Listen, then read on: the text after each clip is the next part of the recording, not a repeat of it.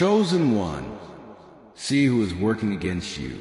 You feel it in the quiet moments. The smile that doesn't quite reach their eyes. The sudden coldness when you walk into a room. For so long, you told yourself it was just paranoia. But the curtain is tearing. The mask is finally slipping. Have you ever felt someone you trusted secretly hoping for your downfall? I want to hear your real story in the comments below, because this space is for honest conversations. It starts as a whisper, a tiny, almost imperceptible scratching at the back of your mind. You ignore it. We all do. Because wanting to believe the best in people is the heaviest burden of a good heart. You sit across from them at a dinner table. You share your wins, your late night fears, the dreams you've been carefully weaving together in the dark. And they nod, they say the right words. They tell you they are so happy for you.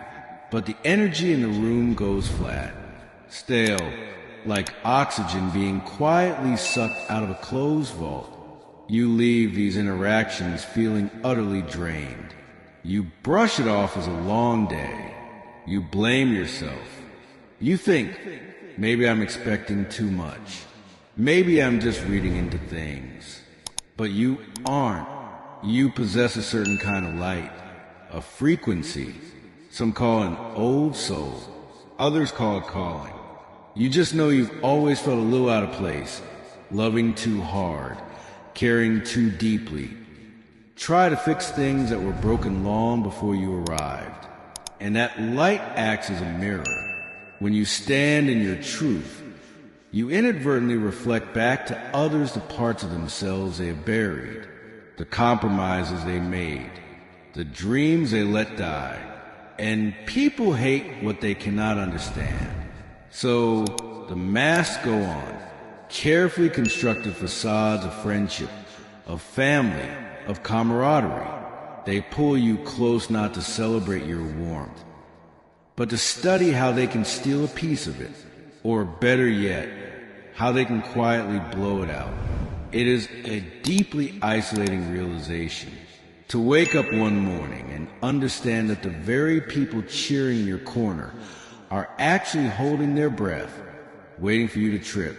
You remember the subtle jabs disguised as jokes, the way your accomplishments were quickly minimized or followed by a cautionary tale, the sudden silence when you walked into a room, the way they only ever seemed truly comfortable, truly at peace with you, when you were struggling, when you were down, when you needed their help. That is the hardest pill to swallow. The realization that they didn't hate you. They just hated you winning. It creates a profound sense of vertigo. Everything you thought was solid ground turns out to be quicksand. The memories you cherished, the bonds you thought were unbreakable, suddenly require completely different context. You have to rewind the tape of your life and watch it again. This time looking at the shadows in the background instead of the smiling faces in the foreground. You see the strings. You see the subtle manipulations. And it hurts. God, it hurts. It is a quiet, suffocating grief that nobody sends flowers for. You mourn the loss of people who are still alive. You mourn the illusion of safety. For a long time, you walk around with a heavy, hollow ache in your chest. You start to pull back. You stop sharing your good news. You dim your own light because it feels safer in the dark. If you don't shine, you won't attract the moths. If you don't climb, nobody can push you off a ladder. You build walls, thick, impenetrable walls, because the alternative is facing the terrifying reality that the world is full of people who operate in the shadows, people who smile to your face while quietly loosening the screws on the chair you're about to sit in. This descent into awareness is not loud. It doesn't happen with a dramatic confrontation or screaming matches in the rain. It happens in the dead of night, staring at the ceiling, replaying a conversation over and over again until the sick feeling in your stomach confirms what your intuition knew all along. They are not on your side. You are alone, or at least it feels that way. The universe has chosen you for a path that requires you to walk with your eyes wide open. But right now, the light of that truth is blinding. It is harsh. It exposes the ugly, decaying roots of relationships you spent years watering.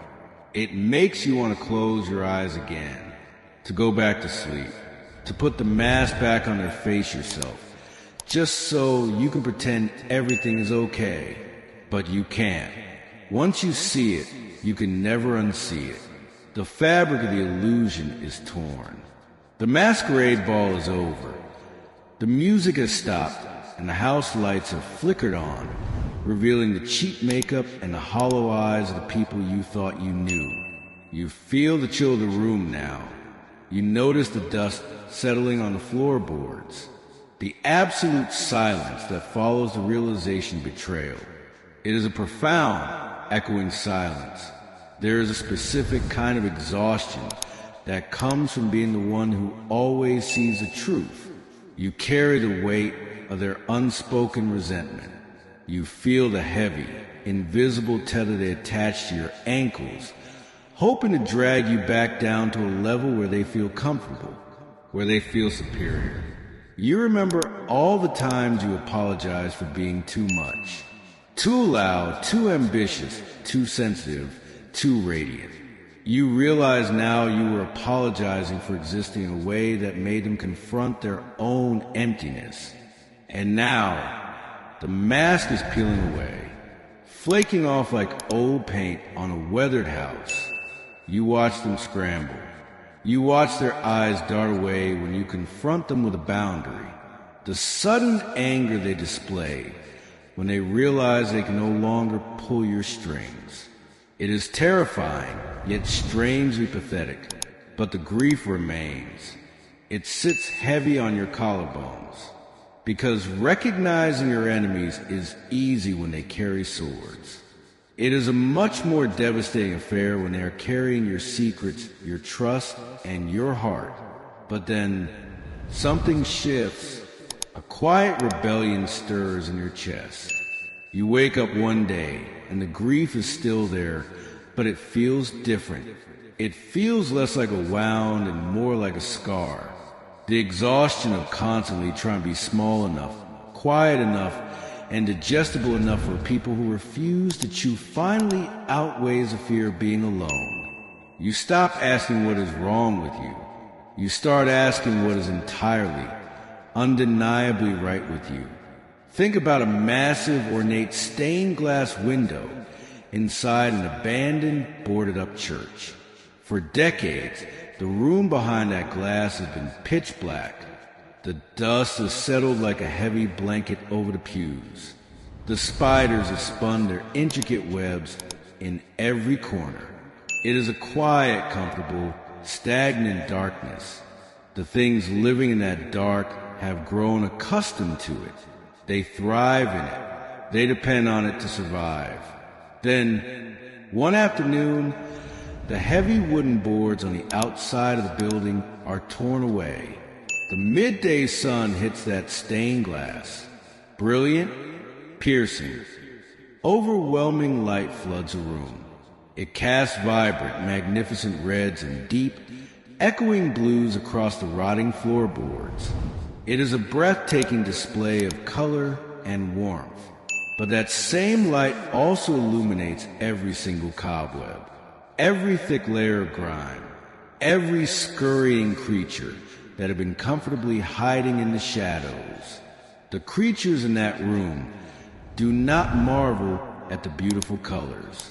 They panic, they hiss, they scramble in a desperate frenzy to cover the window, to throw dirt on the glass, to pull the wooden boards back up by any means necessary. They don't hate the glass. They hate the light. And you, my friend, are the light. You have spent so much of your life apologizing for shining. You thought you were doing something wrong. You thought you were arrogant or unlikable or just fundamentally flawed because of the reactions you provoked. You twisted yourself into knots trying to figure out how to emit a glow that wouldn't upset the people around you. You weren't the problem. You were just illuminating their cobwebs.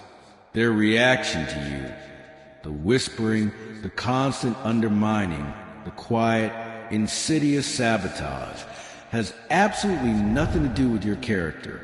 It has everything to do with their comfort. You threatened their stagnation.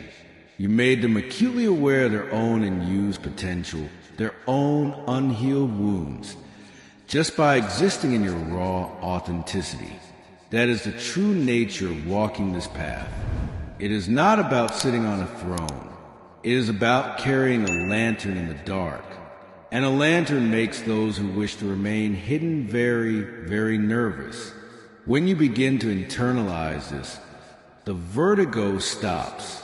The ground beneath your feet hardens into solid rock. You realize that this great unmasking was not a punishment from the universe. It was an eviction notice for the dead weight in your life. Imagine a rocket trying to break free from the Earth's atmosphere. It requires immense violent energy to push past the gravity pulling it down. But to actually reach the silence of space, it has to do something crucial. It has to shed its booster rockets. Those boosters aren't evil. They aren't inherently bad. They served a vital purpose for a specific part of the journey. But they were never designed to survive the atmosphere of the stars. If the rocket refuses to let them go, if it clings to them out of sentimentality or fear, the drag will rip the entire ship apart. It will crash back down to the earth. Burning up on re-entry, you are leaving the atmosphere. The air is getting thinner. The pressure is changing. The people who are working against you, the ones whose masks are falling off, are simply the boosters failing to withstand the altitude of where you are headed. They are falling away. Let them fall. Breathe in that truth. Let it settle deep into the marrow of your bones. You do not have to fight them. You do not have to convince them of your worth, or your pure intentions, or your good heart. Defending yourself to people who are entirely committed to misunderstanding you is a tragic waste of your divine energy. You do not owe an explanation to those who are willfully covering their eyes. Let the mask fall. Let them walk away. In fact, hold the door open for them. There's a profound, unshakable peace that waits for you on the other side of this heartbreak. It doesn't arrive with a marching band or a dramatic cinematic climax. It arrives with a morning cup of coffee in absolute golden silence. It arrives with the sudden, startling realization that your chest doesn't ache anymore. You will look around your inner circle, and it will be smaller, much smaller, but it will be solid. You will no longer have to scan the room to see who is secretly rolling their eyes. You will no longer have to dull your edges or swallow your words. The paranoia dissipates, replaced by a crystalline clarity. The house is empty, yes, but it is finally clean. You start to rebuild, not with the frantic energy of someone trying to prove their worth, but with the slow, deliberate hands of a master architect who finally owns a land they are building on. You will encounter new people. People whose masks don't slip because they aren't wearing one. People who can stand in your brilliant, blinding light and not feel the need to reach for a fire extinguisher. They will see your ambition, your love, your deep, echoing soul, and they will simply say, "Me too." Until then, you walk forward. You carry the lessons of betrayal not as heavy armor, but as a compass.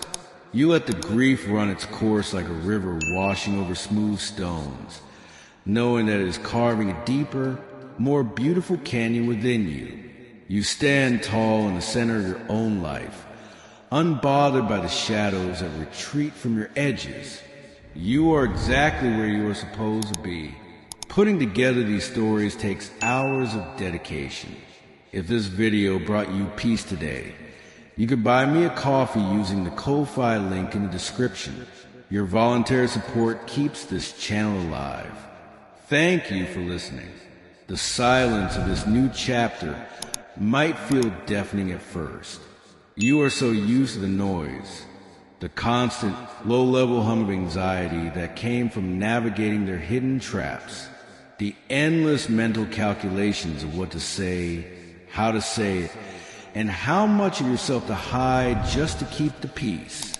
Without all that friction, your life suddenly feels very quiet. You keep bracing for an impact that never comes. You wait for the backhanded compliment, the sudden shift in tone, the quiet withdrawal of affection.